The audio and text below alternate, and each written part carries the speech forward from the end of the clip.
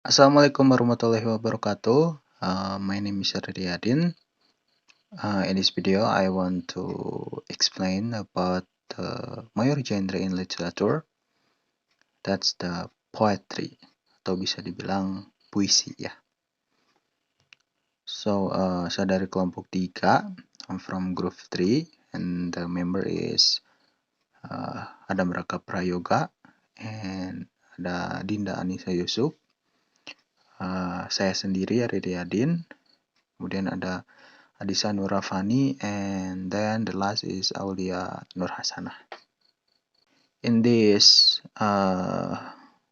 chapter, we're gonna explain about definition of poetry, elements of poetry, different genre of poetry, and then the last is concrete characters of poetic language.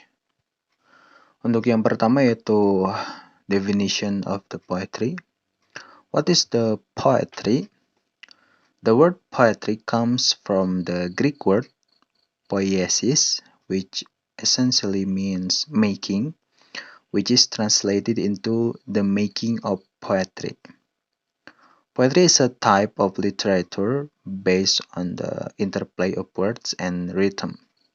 It often employs rhyme and meter, a set of rules governing the number and arrangement of syllables in each line. Poetry can be defined as literature in a metrical form or a composition forming rhythmic lines. Poetry is one of the oldest genres in literary history. Jadi, puisi, kata puisi itu berasal dari bahasa Yunani yaitu poiesis, yang pada dasarnya berarti membuat, yang kemudian diterjemahkan menjadi membuat puisi. Puisi adalah jenis sastra yang didasarkan pada interaksi kata dan ritme. Ini sering menggunakan sajak atau rima dan meter, atau seperangkat aturan yang mengatur jumlah dan susunan suku kata di setiap baris. Nah, puisi dapat didefinisikan sebagai sastra dalam bentuk metrik atau sebuah komposisi yang berbentuk garis berirama. Puisi juga adalah salah satu genre tertua dalam sejarah sastra. Nah, next is about elements of poetry. The first is diction. Simply put, diction refers to word choice and is intimately related to imagery and figures of speech because a poem chooses a word to achieve a certain sensory, emotional, or intellectual effect. Nah, jadi di elemen-elemen puisi itu yang pertama ada diksi. Secara sederhana, diksi itu mengacu pada pilihan kata dan terkait erat dengan citra dan kiasan. Karena puisi itu memilih kata untuk mencapai efek sensorik, emosional, atau intelektual tertentu. Ya, pada intinya, diksi ini adalah pemilihan kata yang digunakan dalam atau ketika kita akan membuat puisi. Next is about syntax. Syntax refers to word order, but word order creates certain sounds, images, and attitudes. As I note in the elements of fiction handout, the way a writer chooses words, arrange them in sentence and longer units of discourse, and exploits their significance relates to his or her style, which conveys more than the verbal identity of a writer. In fact, syntax reflects the way a writer sees the world. Nah, selanjutnya sintaksis atau sinteks ya, mengacu pada urutan kata. Nah, ini adalah cara seseorang penulis memilih kata-kata, kemudian mengaturnya dalam kalimat dan unit wacana yang lebih panjang, serta memanfaatkan signifikansinya yang berkaitan dengan gayanya. Nah, biasanya sintaksis ini atau sinteks ini mencerminkan cara seorang penulis melihat dunia. Seperti itu. Selanjutnya, rhyme. Rhyme refers to the repetition of sounds in a poem. Various types of rhyme are possible. However, in English, we usually use the term rhyme to refer to the repetition of the final sounds in a line, or an rhyme. Letters are often used to denote a rhyme scheme. A new letter is ascribed to each of the different sounds.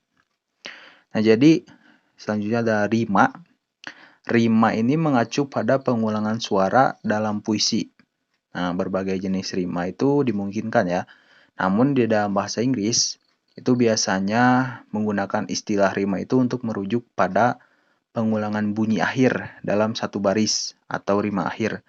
Nah, ini kan kita tahu ya bahwa dalam puisi itu di akhirnya itu suka sama gitu. Jika AA, ya A semua. Jika UU semua. Nah, itu bisa disebut sebagai rima. Next is about rhythm. Rhythm in the poetry involves sound patterning. A lot of classical poetry confirms to a systematic regularity of rhythm, which is referred to as the poem's meter. This involves the combining of stressed and unstressed syllables to create a constant beat pattern that runs throughout the poem. Each pattern of beats is called a foot. There are various possible combinations of stressed and unstressed syllables, or feet, and these patterns have their own names to describe them. Oke, baik. Selanjutnya ada irama. Nah, irama dalam puisi itu melibatkan pola suara ya. Nah, banyak puisi klasik yang sesuai dengan keteraturan ritme yang sistematis yang disebut sebagai meteran puisi. Nah, ini melibatkan penggabungan suku kata yang tertekan dan tidak bertekanan untuk menciptakan pola ketukan konstan yang mengalir di seluruh puisi. Nah, seperti yang kita tahu bahwa di dalam puisi itu pasti terkadang ada irama ya. Namun iramanya itu bukan seperti sebuah lagu, melainkan seperti sebuah syair di mana dalam pembacaan puisi itu ada kata-kata yang emang menggunakan tekanan ataupun tidak ditekan. Misalkan ketika puisi itu sedih, pasti penekanannya itu akan lebih rendah dibandingkan dengan ekspresi ketika marah gitu. Next is about meter. A set of rules governing the number and arrangement of syllables in each line. Nah, meter adalah seperangkat aturan yang mengatur jumlah dan susunan suku kata dalam setiap baris. Nah, jadi meter ini adalah aturan-aturan yang ada ya, aturan-aturan yang ada di dalam pembuatan puisi, di mana meter ini mengatur jumlah dan susunan kata yang nantinya ketika kita menulis puisi itu ada aturan tertentunya ya, tidak bisa terlalu panjang ataupun terlalu pendek, mungkin seperti itu. The next is about different genre of poetry. Nah, selanjutnya adalah mengenai genre-genre atau jenis-jenis puisi ya, jenis-jenis puisi. Yang pertama itu narrative poetry. Nah, narrative poetry is one of the most common poetic forms. It is a type of poetic form that tells stories and tells through passages. This poetic form is very much similar to a novel. Usually, a narrative poem has a single speaker who is known as the narrator.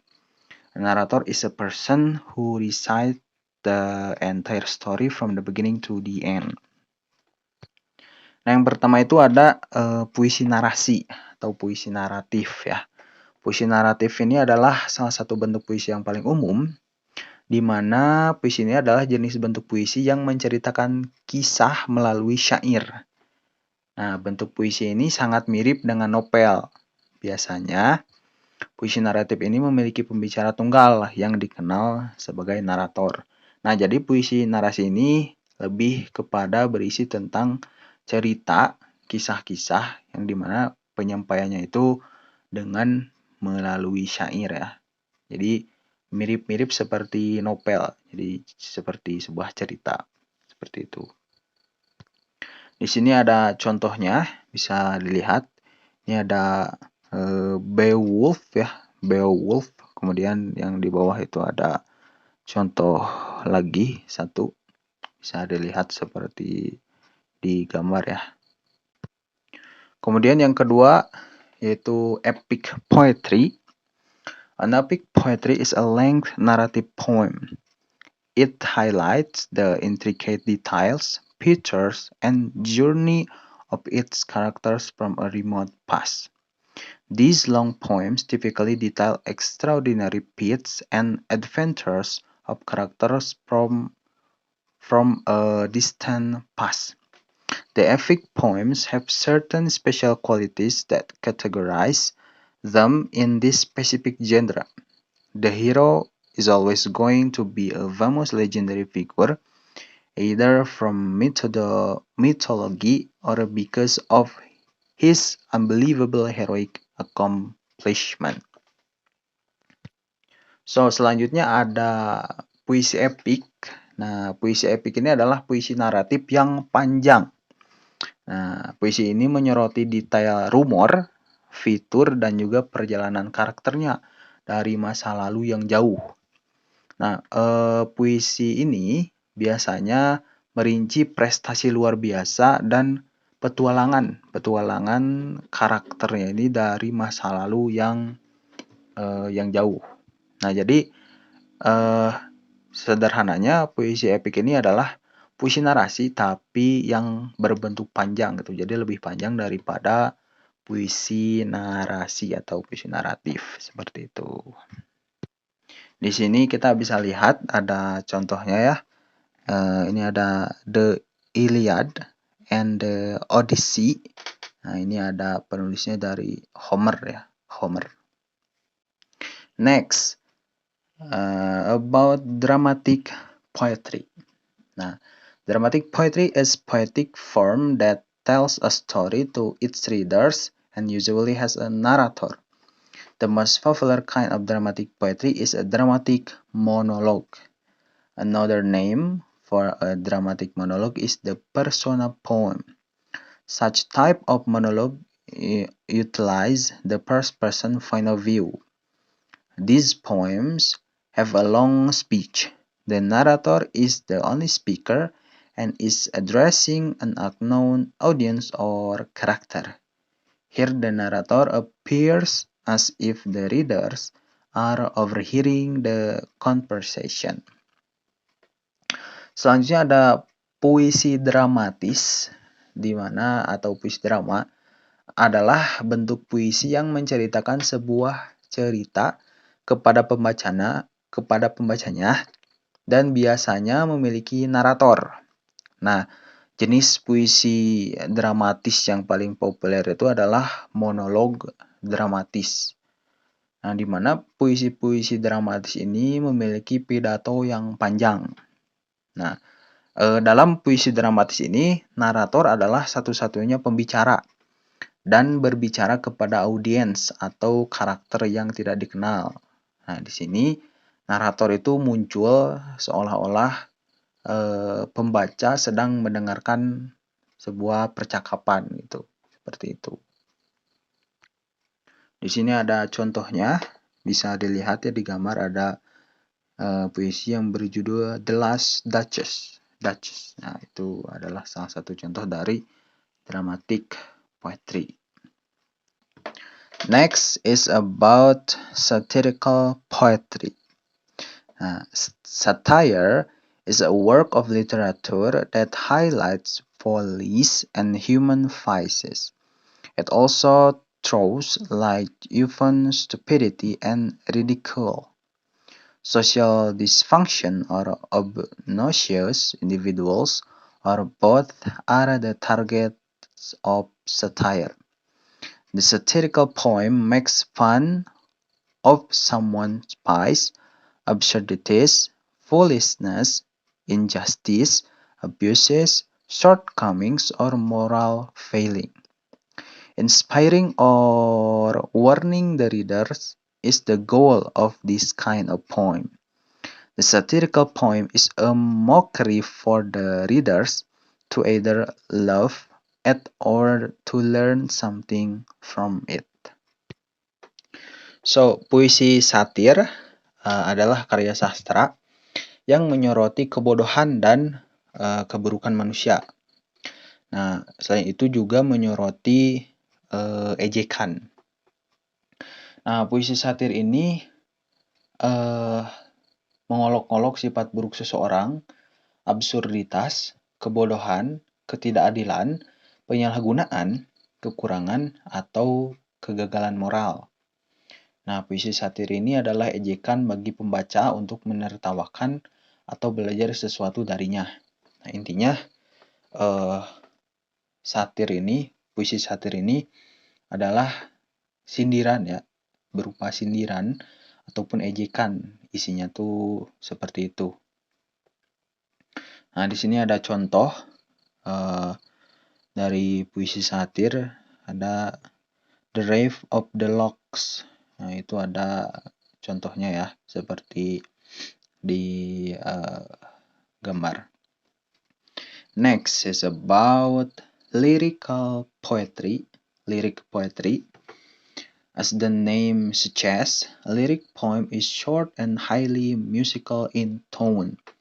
A lyric poem is capable of conveying strong, intense emotion and feelings to the readers.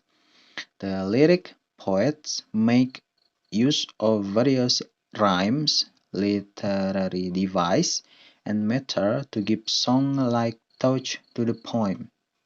A lyric poem is short and doesn't necessarily tell a detailed story or journey. Thus, a lyric poem is like a personal expression of emotions and feelings by a single speaker. Nah, selanjutnya ada puisi lirik. Nah, seperti namanya, puisi lirik ini pendek dan juga bernada sangat musikal ya, bernada musik gitu. Nah, puisi lirik ini mampu menyampaikan emosi dan perasaan yang kuat dan intens kepada pembacanya. Puisi lirik ini memanfaatkan berbagai rima, perangkat sastra, dan juga meter untuk memberikan sentuhan seperti lagu pada puisi. Nah, puisi lirik ini juga pendek dan tidak selalu menceritakan kisah atau perjalanan yang mendetail, perjalanan yang panjang. Di sini juga ada contoh dari puisi lirik ini. Di sini kita bisa lihat ada judulnya ini The World is Too Much with Us by William Wordsworth. Nah, itu ada ya contohnya seperti di gambar. Next is about elegy poetry. An elegy is one of the poetry genres that resonates with death or loss. The elegy usually comprises themes of grief, sadness, loss, redemption, compassion, and reflection. Traditionally in elegy, the verses are in couplets, although earlier elegies didn't follow any set rules and have no set form or style. Hence, there was extensive liberty towards the rhyming scheme and matter. Puisi ini adalah puisi elegi. Jadi elegi ini adalah sebuah genre puisi yang beresonansi dengan kematian atau kehilangan. Nah, elegi ini biasanya terdiri dari tema kesedihan, kehilangan, penebusan, kasih sayang, ataupun refleksi. Gitu. Di sini juga ada contohnya, dapat dilihat ya. Ini judulnya A Country Churchyard. Nah, itu ditulis oleh Thomas Gray ya. Itu Thomas Gray. Judulnya A Country Churchyard. Itu contoh dari elegy puisi. Fable poetry. Fable is another common poetry genre. Fable is poetic story written in verse or prose with a moral or didactic at the end.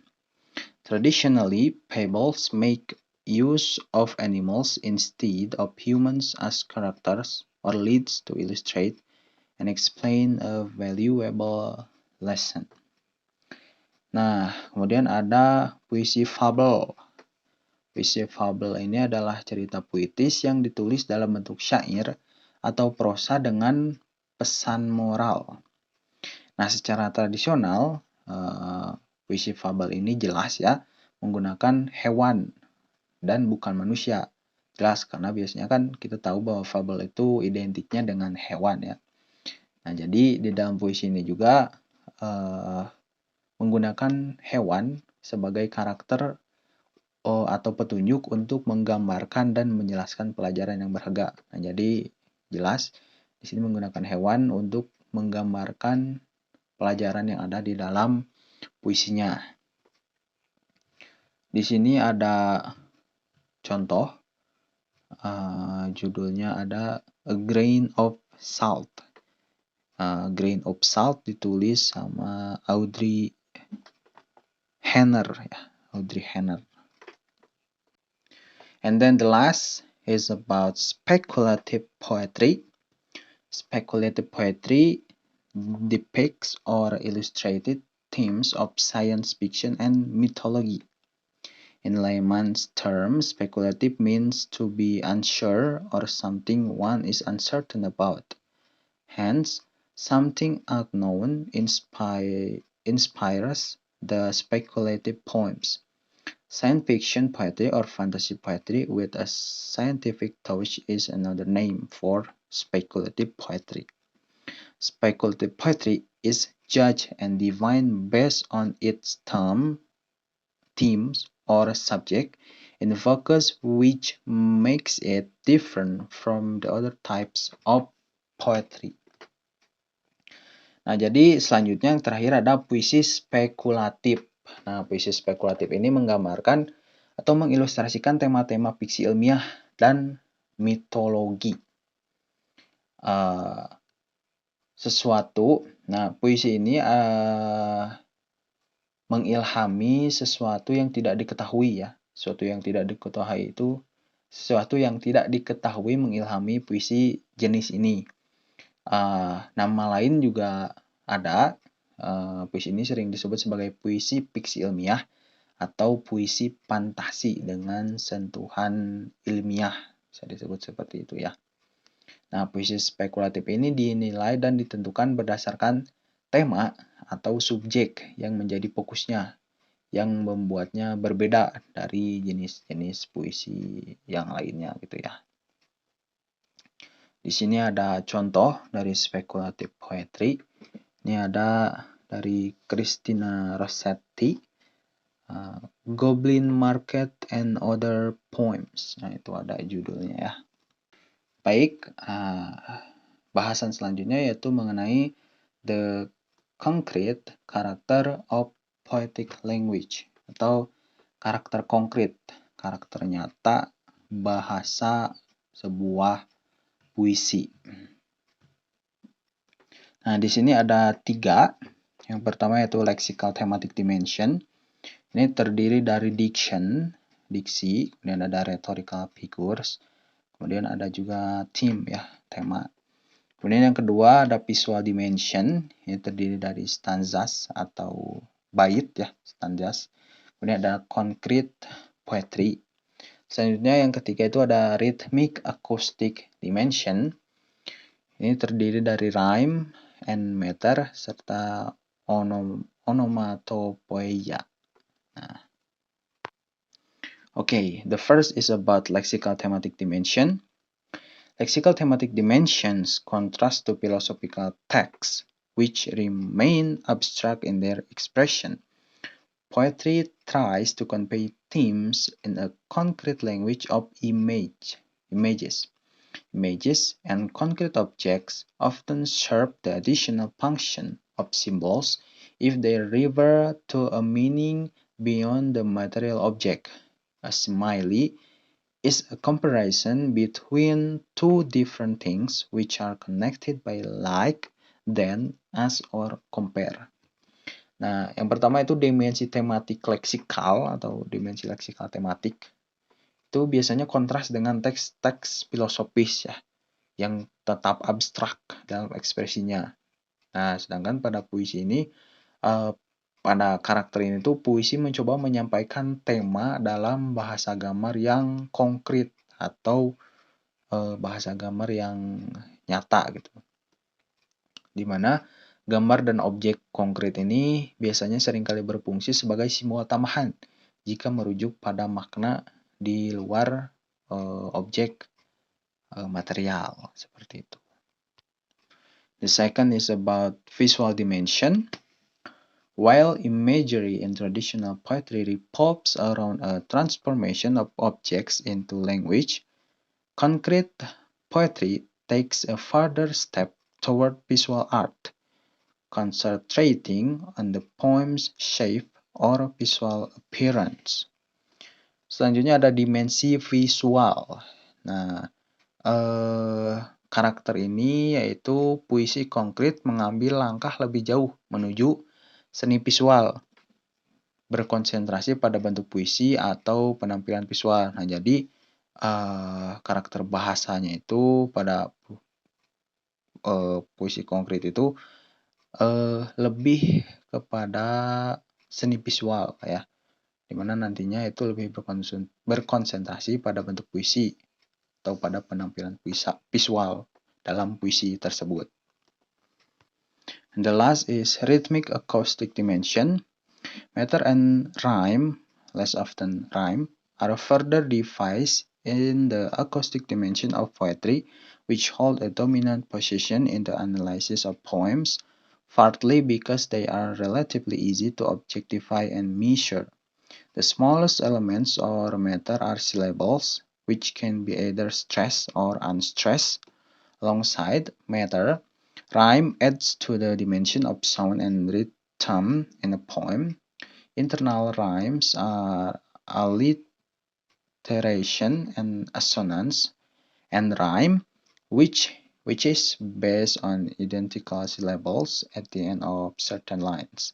Rhymes stand between the visual and acoustic dimension of a poem, playing with the spelling and the pronunciation of words.